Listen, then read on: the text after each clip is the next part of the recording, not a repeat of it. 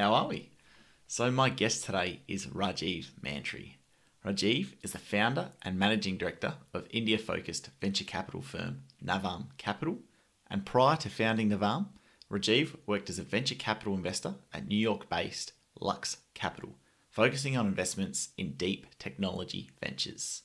So, in today's conversation, we cover deep tech investing within India and Rajiv's book, A New Idea of India. So, I hope you have as much fun as me. So please enjoy my conversation with Rajeev Mantri.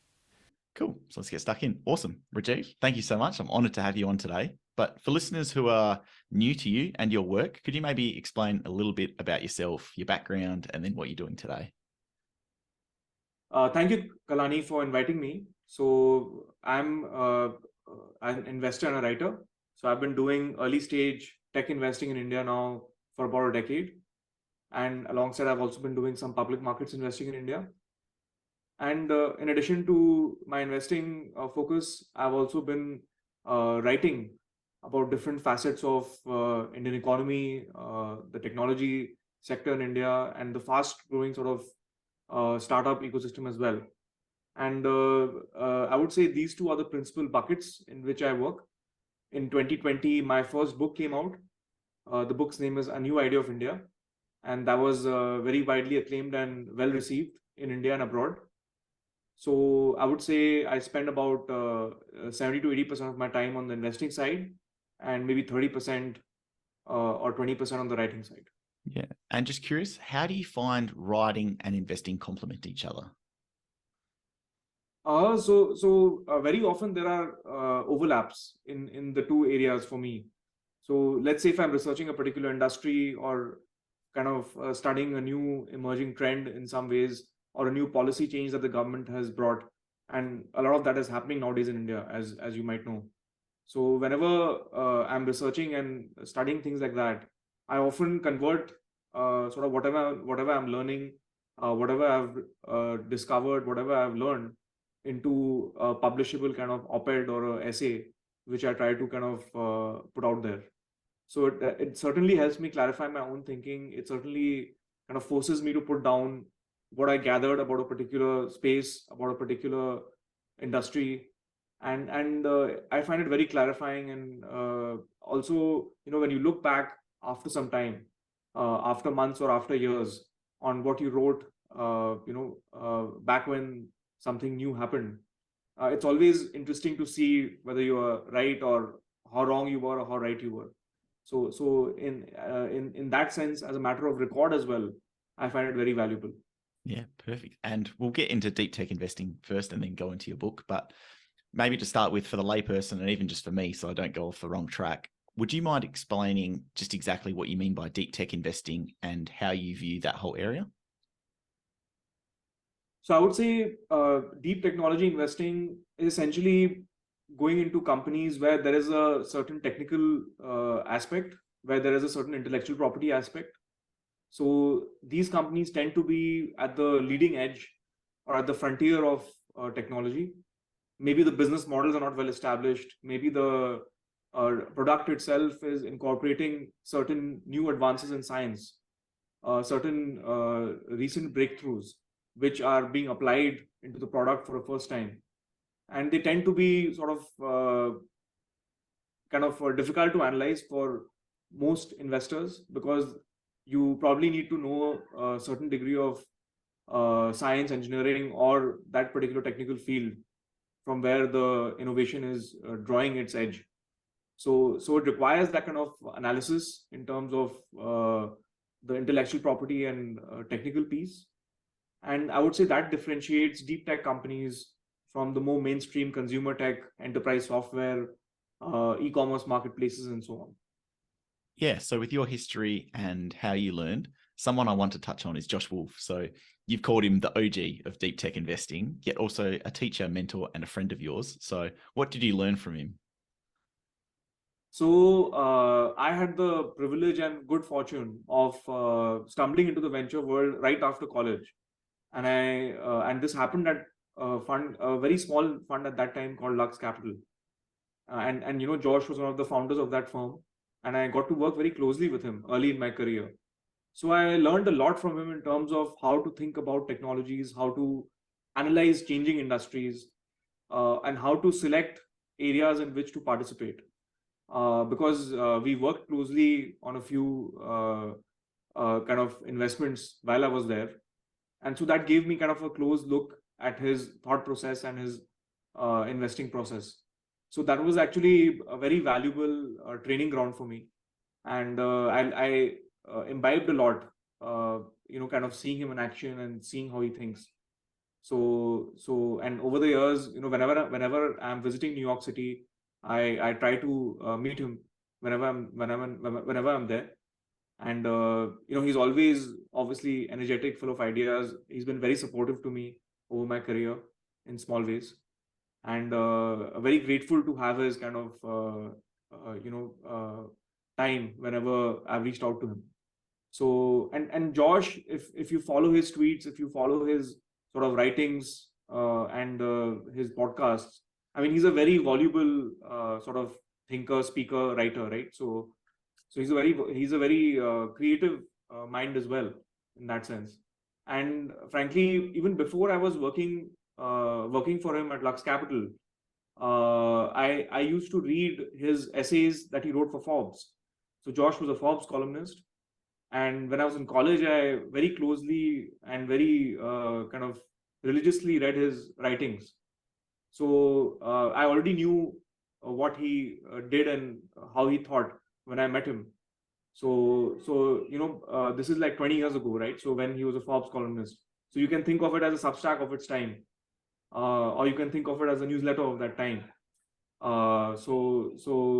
Because of his sort of influence, not just on me, but I feel generally in the venture space, as a early stage sort of fund that he and Peter have created at Lux, which is focused on these kind of companies in deep technology, which are commercializing science, which are translating sort of technologies and getting essentially lab work into the real world almost. So I think I call Josh the OG of deep tech because they've been true pioneers in that sense. Lux traces its history obviously back to 2000, 2001. So they've been in the business for over 2 decades. And they got into a time when it was fashionable to be sort of focused on internet and information technology and software and so on. But Lux took a tack into material science, into energy, into those kind of areas early in its sort of fund life. So that's why I feel they are pioneers, and I feel very fortunate that I've had the opportunity to learn from the pioneers of the field. Perfect answer. And having cut your teeth at Lux, for lack of a better word, how did you go from all your learnings from Lux in New York and then taking that to India? What was similar? What changed maybe? So obviously, if you look at, so I returned to India in 2008, right? So that was now 14 years ago. So if you look at the Indian landscape at that time, there was nothing called deep technology over here, to be honest. It was all primarily focused on not essentially, I would say, copies or emulations of the Indian Expedia, the Indian Flipkart, the Indian Amazon had just sort of come together, which was Flipkart. I think Flipkart was founded in 2007. Make My Trip, which was like a clone of Expedia, was founded about 7-8 years before that.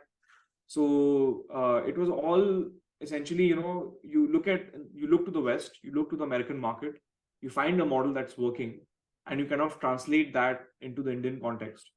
But if you look at the macro picture, back in 2008-9, there were hardly any internet users in the country. There was no mobile data consumption or smartphone. I mean, the smartphones had just come, right? And they were expensive. So there was literally no smartphone penetration to speak of. All of India was on, those feature phones. So unlike the West, where Blackberries and iPhones had kind of gained traction, the Indian market was probably, I would say, 97 or 98% tilted towards feature phones. And data was very expensive. So it was a very different landscape. on the internet software side of things. So, and frankly, deep tech was far away from anybody's conception. So often, I, with my training in materials engineering in the US, and then the experience at Lux Capital, I came back to India with that mindset that let's find deep tech companies in India. And the reason I felt India was a fertile ground for it was twofold. The first was that India has always had a very deep pool of technical talent. So India has always had, for probably several decades now, very high quality scientists, engineers, researchers, and so on. So that was the first reason, that the human capital is already here. The second reason was that there were actually major challenges that were confronting the country, that were confronting the economy in the areas of energy, healthcare, agriculture, you name it. Many of the so-called atoms-based industries. So I felt that need was there, the capability was there. So I always felt strongly that it would happen. Maybe if not in 2009, then maybe by 2014. If not in 2014, then maybe by 2019. But I always felt strongly that this was inevitable. So I kind of came back with the mindset that it's going to be a long game, but we are here to play it. So made a start back in 2008-9, and thinking about biofuel companies, or electric vehicles, or drug development companies. I often got like weird looks from investors that why don't you guys do something normal? Why are you doing all this stuff? But just my personal bent of mind and my own sort of I guess like investor biases was such that I felt there's money to be made here for the two reasons that I spelled out. So that's why I kind of got into deep tech in India per se, and obviously the ecosystem could not have been more different, right? US is a economy, and US is a kind of country where you have very deep linkages between industry and academia and the venture capital world. So this was true. This is very obviously true today. But even 15 years ago, when venture capital was a much more niche asset class, even then the linkages were very, very deep. So you had large corporates who were LPs in venture funds. You had university endowments who also obviously backing venture funds. And then you had research labs and university departments with their academics and researchers working alongside venture capitalists to kind of commercialize their inventions. And obviously that's what I saw firsthand at Lux. But when I came to India, I did like essentially a tour of all the top tier universities and research labs. I found that there were real infrastructure gaps. So in some ways, I was probably ahead of the curve a bit, if I may say so. So often I found that even some really good institutions just didn't have any IP licensing office, for example. But all of that obviously has evolved in the last decade. So, and particularly in the last 5 years. So in hindsight, I would say when I came back as a 23, 24-year-old to India and said, let's do this, there was probably a fair bit of naivete in there. I was young and I was confident that we can do this. So I did it. Maybe a wiser older person would not do such a thing, and rightly so, because like I said, it was probably a little too early. But at the same time, what we were able to do was in that period, there were always people thinking like me, right? So there were others who were also thinking the same thing, that wait a minute, why doesn't India have this? Why can't we build this here? We have the pieces around the table and it just needs to come together. So I met some really high quality people in that 4-5 year period, where deep tech was a curiosity within a unproven asset class, essentially. So I think getting to sort of have that leeway early on was very valuable. Was very I think it's usually difficult also to get that kind of traction, and in a way it is also it also happened because it was a contrarian thing, right? So if everyone believed in this, then the market would have been more efficient. But probably the reason a young guy like me got an opportunity to get some traction was no one else was trying to do it.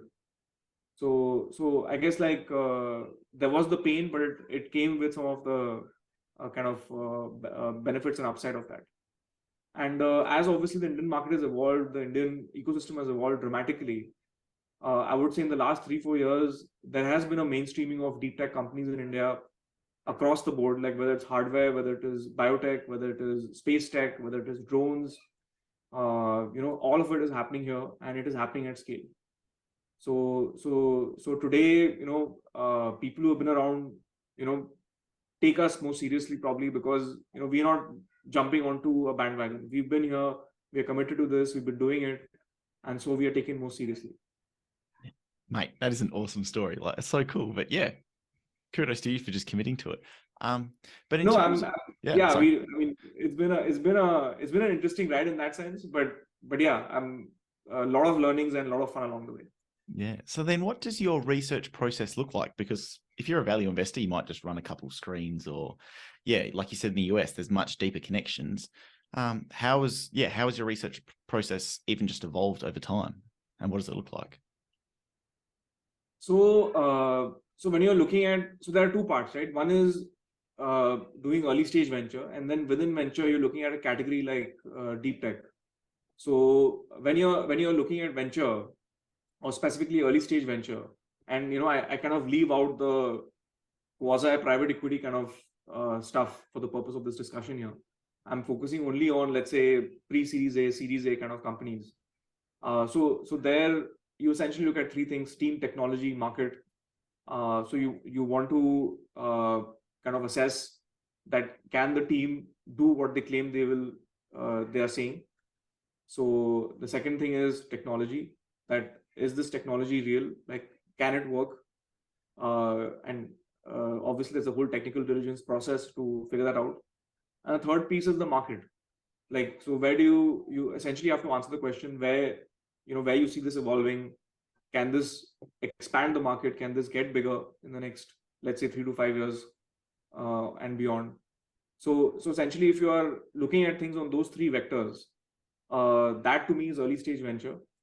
And the second part within early stage venture comes on the kind of peculiarities of deep tech, where you're trying to assess in a more rigorous manner on the technology bit. And in some cases, the answers are not clear, right? Like, so if something is truly frontier, is truly kind of almost like bordering a science project versus that's the distinction one has to make, right? Is this a science project, or is this actually close to the point where you can put in some risk capital and take it forward and help a business commercialize this?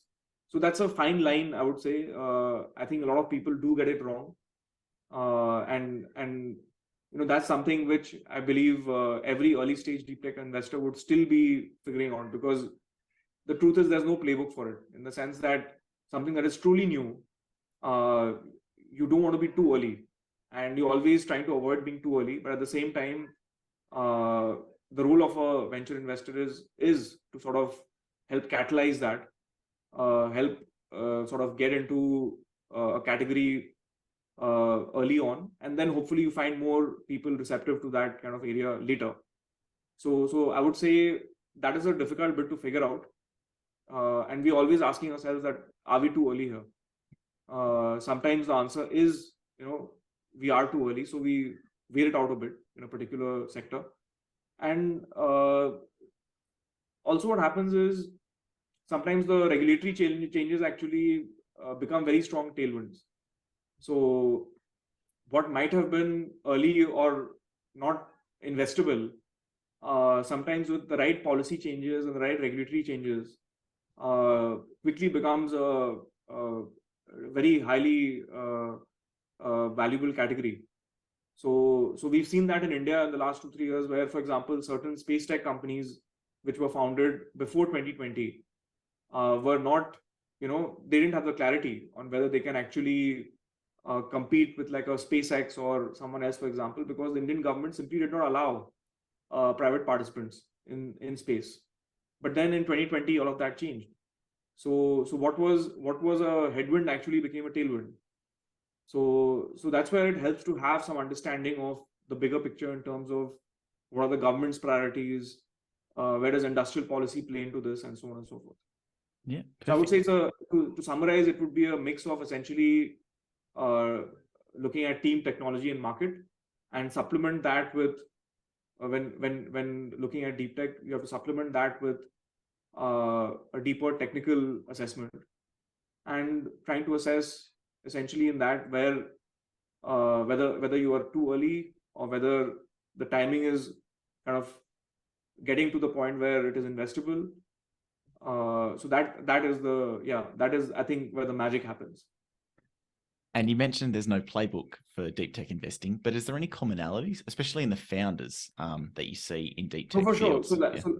So like I said, so when you're looking at team, technology, and market, those are the three kind of. I mean, I think most decisions can be made on that, right? So the second part is, and to be fair, not all companies would fit into that category.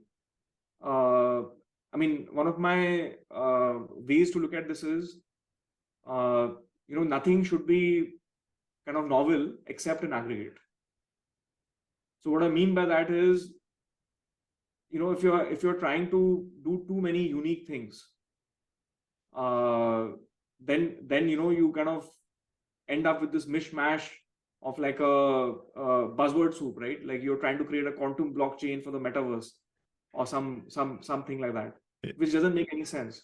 So you quickly realize that what are we solving for? But then if you have a clear use case in mind as an entrepreneur, if you know that I'm creating XYZ for a particular customer, and the reason you are using these new technologies is you are able to fulfill that particular need that the customer has in a dramatically better way. So there's nothing novel in the end use, right? Like maybe you are manufacturing something in space, but you know who that buyer is for whatever you are manufacturing.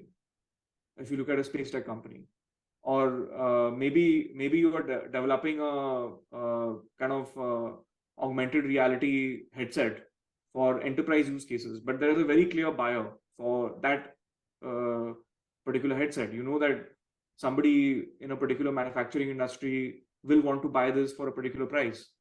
So essentially you're using new technologies to fulfill existing needs. I think where people tend to go wrong is they kind of tend to use technology as an end in itself. That let's use this because it is new. So I think that's the error which we try to avoid. That we don't want to obviously embrace technology only as an end in itself. And my last investing question before we go into your book, and I think this might work as a good segue too, but is there any environments or factors that you think promote people and younger generations specifically into wanting to venture and starting their own deep tech companies? Like, is the trend of deep tech founders growing and what's promoting that? Or your views there, I guess.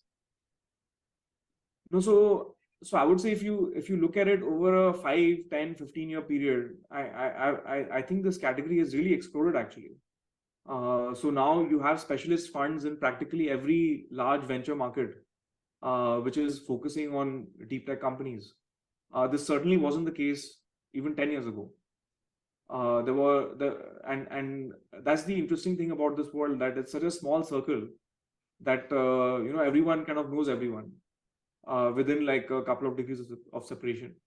So I would say because of the general kind of efficiency that has come into the whole software and internet space, I think many of the gains there have frankly been competed away. So a lot of the funds are now thinking of what next. And when you ask what next, you kind of tiptoe into the territory of frontier technologies. So for sure, I feel that this category has grown dramatically and will probably continue to grow. Because even governments now are recognizing how valuable some of this can be. So valuable not in terms of the pure, kind of market cap creation or the payoff for a fund, not purely in those terms, but also in strategic terms. So some of these technologies also obviously dual use, right? So governments are all taking note of that. We all know how drones have made an impact in the ongoing war in Europe, giving an advantage to a country which was expected to not be able to fight back against a much larger global power. So people are seeing that there is a strategic angle to this as well, and thus a lot of I would say countries are looking at the American model, how America has achieved the kind of linkages between industry, academia, finance, and they're thinking, let's try to build something similar. Obviously, it's not easy to do that. What America has achieved is truly unique in that sense. But the recognition that it is something valuable has certainly dawned on a lot of people in the last decade plus. Yeah. So I mean, what makes entrepreneurs take to deep tech? I would say it's, if you're interested in a particular field, let's say you're an electrical engineer or you're a materials engineer, or you're a kind of a medical technology specialist. So if you're from a particular field and you want to work in that field, then it just naturally kind of grows out of that. So it comes from a scientific bent. What has not worked very well is when you find like a investment banker rushing into a particular category because it's hot in deep tech, and then building something or trying to build something out of it based on a lot of like money and hype. So we've seen some disaster stories like that in clean tech in particular, in energy tech in particular, and that somehow does happen in every field, but particularly I feel in deep tech that in the founding team, like one or two people with those technical chops are absolutely crucial to being successful. Yeah. I think that's a perfect segue into your book that you wrote with Harsh, A New Idea of India. Do you want to explain just a little how that came about, and just a tiny explanation for readers who haven't, or listeners who haven't read it yet? Sure. So our book, A New Idea of India, came out in 2020, and it's a book about the history and future of modern India, if you will. And the kind of principal case that we make is that India is a very ancient civilization. It is not a country that was born in 1947, as a lot of intellectuals have asserted, and even many Western observers tend to think that, oh, India was just created in 1947. You might find this kind of line of thinking in outlets like The Economist or others. But the truth of the matter is that India is a very, very ancient, on kind of continuous civilization, probably the only one of its kind in the world, going back like several millennia, and those kind of cultural practices, that ethos, that philosophy still pervades the Indian nation even today. So that was kind of one of the big points we made in the book, along with what would such a civilizational state, as we called it, what would the civilizational state of India, once it kind of gains economic traction, builds prosperity, as we are seeing sustained economic growth, prosperity will come to India, I feel. So what would a prosperous, successful, secure Indian civilization state offer to the world? So I think that's a very interesting question in the 21st century, and our book attempts to answer that as well. And in addition to these 2 points, in the book we also cover at length what does India need to do to kind of stay on that growth path. What are the kind of tactical government level reforms, policy changes that the Indian economy requires. So there is a fairly granular discussion of that too in the book. Yeah, it was, for me, I was like so illuminating because I had no idea. So I went to 0 to 100 very quickly. It was very good, but a few pointed questions. Thank you. Glad you liked it. Yeah. One thing I did pick up on was I'll read a quote first. Every important nation or civilization has its own credo, a North Star, or even a nebulous idea that makes the incoherent coherent. And you give the examples of the US being the land of the free and the home of the brave, China and John Gore, Europe being a rules-based order, both internally and externally. So for India, what do you think their North Star currently is? And maybe what do you think it should be? Would you change or amend it? Just your thoughts there. So I would say India's credo, so Dharma is, as we write in the book, Dharma pervades like Indian society, Indian thinking, right? Like I said, so that philosophical bent that India has, which has continued for so many millennia. So India lives and dies on Dharma. If Dharma lives, as Sri Aurobindo, one of the great philosophers of India, had said, that if Dharma lives, India or Bharat will live. He had very evocatively described the importance of Dharma to the Indian nation. So the credo of India is really something I think as a nation we are still figuring out, honestly. So I don't have a one particular answer to offer, but because India is a nation in flux, there is so much changing. And I think people really underappreciate how much is actually changing in the country.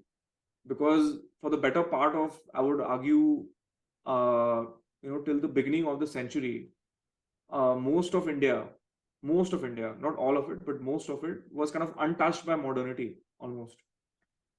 And what has really changed in the last around 2 decades, 2+ decades, would be that India has become physically and digitally connected.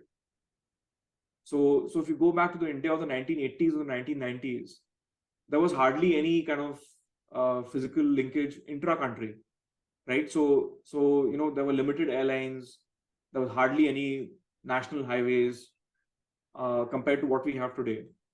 There was hardly anything of that type. I mean, the Indian railways were the only kind of connecting infrastructure across the country, and the railways had existed for about a couple of 100 years.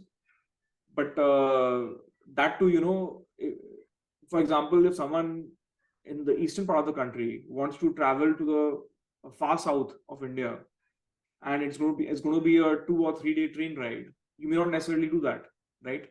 Whether you want to travel for leisure or for some other reason. But now that we have flights going everywhere, and you can crisscross the country, in a matter of hours. So that aspect of mingling, merging, kind of connecting, seeing the country is something quite novel.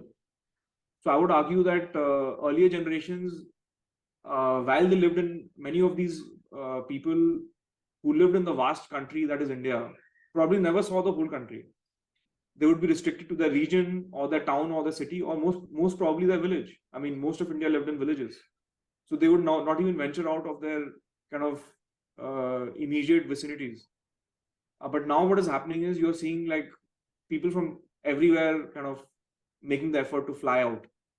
And if you take a flight nowadays in India, very often you might find, kind of like senior citizens who are flying for the first time. And the way you figure that out is sometimes they ask someone, can you help me do this? I don't know how to do it. So most of India is actually flying for the first time. And to young India, this comes naturally because obviously it's all happening when you're growing up, right? You've not seen anything else. But to a senior citizen, this is a stark contrast to what the world was like 30 years ago. So I would argue that the way India is getting connected up has gotten connected up in the last 20 years is something without precedent. And thus, what India's credo will be, or what India's credo is, will be defined probably in the coming sort of decade or two. Because in some ways we are still figuring ourselves out that, what do we really stand for? And our book was one of the kind of, it was an offering in that direction, that we think India should stand for this. And I'm sure there are many other reasons. So Indians are an argumentative people. And as we write in the book, there will never be one single pole star, but there will be many ideas of India. And the unifying credo for a country like India actually, I think, should be, the idea of dharma, the idea of live and let live, the idea of do unto others as you want others to do unto you. There is a very lovely Sanskrit phrase called Tattvam Asi, which means you are that, essentially.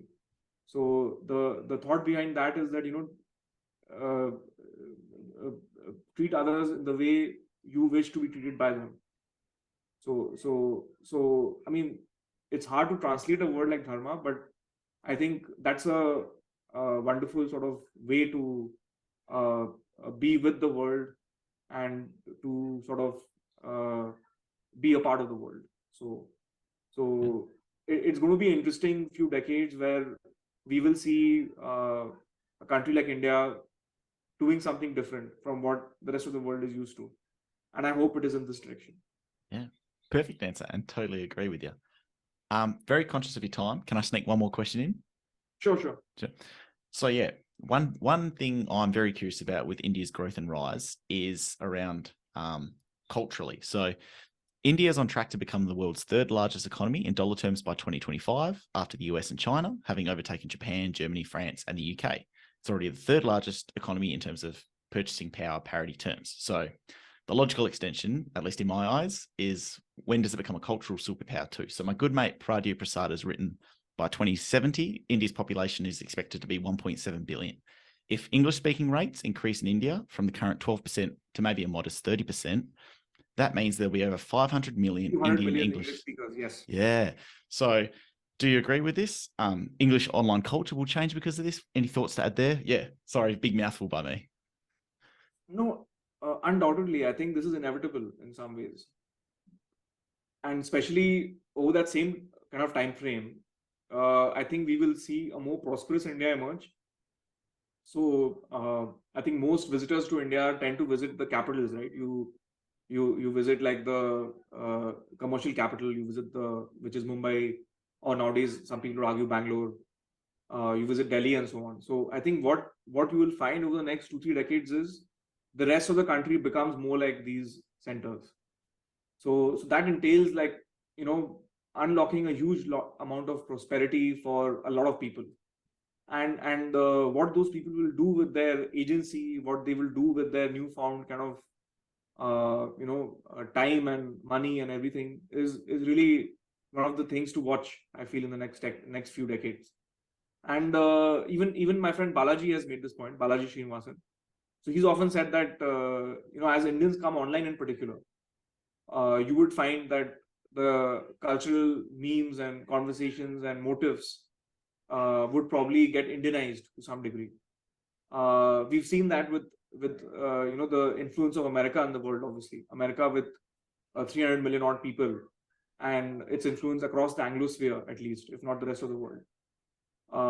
But I think India too would, while there will be obviously many Indian languages which will be more widely spoken than English, we will still see a very large number of English speakers in India, and thus one could argue that India too will be, or already is, a part of the Anglosphere in that sense. And the cultural kind of cross currents, we are seeing it with the success of films like RRR, for example. I don't know if you've seen it. So if you haven't, I would highly recommend it. It's on Netflix, and one of the really spectacular pieces of filmmaking that you will ever see. So a film like RRR, obviously, which has got so much resonance across the world, not just the West, but all over the world, is just the beginning of, I feel, what Indian sort of art, culture, etc., can contribute as sort of the creators in India gain more confidence and more capital. They will sort of take on bigger projects. They will take on projects which are, frankly, maybe not actually just echoing what we find in Western cinema or in other kinds of art forms. So this was actually, if you trace the history of Indian cinema, there was a period in the 1990s when, most movies were essentially about like, the NRI family, the non-resident Indian family. And or almost every major hit of that period had this angle of there's a family in India and they have some family members outside India, and there is something happening around that bridge. So many of the successful films in that period actually built off of this theme. And it speaks to, where India was at that time, right? Like there was not, if you want to kind of showcase opulence or a certain kind of lifestyle or a certain kind of urbanism, that simply didn't exist in India 30 years ago, but it did exist elsewhere. So filmmakers said, fine, let's build that into our plot lines. Let's try to co-opt it from abroad with the angle of the NRI. Because obviously cinema everywhere is somewhere escapist. People want to see good things, good people, good looking people rather, and for kind of photogenic landscapes and so on. So a lot of filmmakers just built a career making that kind of cinema. But I think that is changing now. If you see in the last 4-5 years what has worked in Indian cinema, it is more of like Indian stories. And in fact, some of those Indian stories are finding great resonance outside of India. So I feel it's just early days, and kind of India which is got lots of English language speakers, and an India which has risk capital, and an India which has a large consumption class, will be a force to reckon with in sort of the creative industries. So whether it's cinema, whether it is art, whether it is even fashion, I think these are like very large actually categories where India today probably is not even a blip. So I feel very optimistic that India will be a very significant player in these areas. Yeah, it's going to be exciting at the very least. So, yeah, very conscious of your time. Anything else you want to cover before we wrap up? No, I think All good. We covered a fair bit about the book and the investing side. So that's Perfect. So, Rajeev, thank you so much for coming on today. I appreciate it so much. This was great. No, thank you for inviting me, Kalani. Lovely to sort of be on your podcast, and been reading your newsletter and seen some of your podcasts as well. So great work.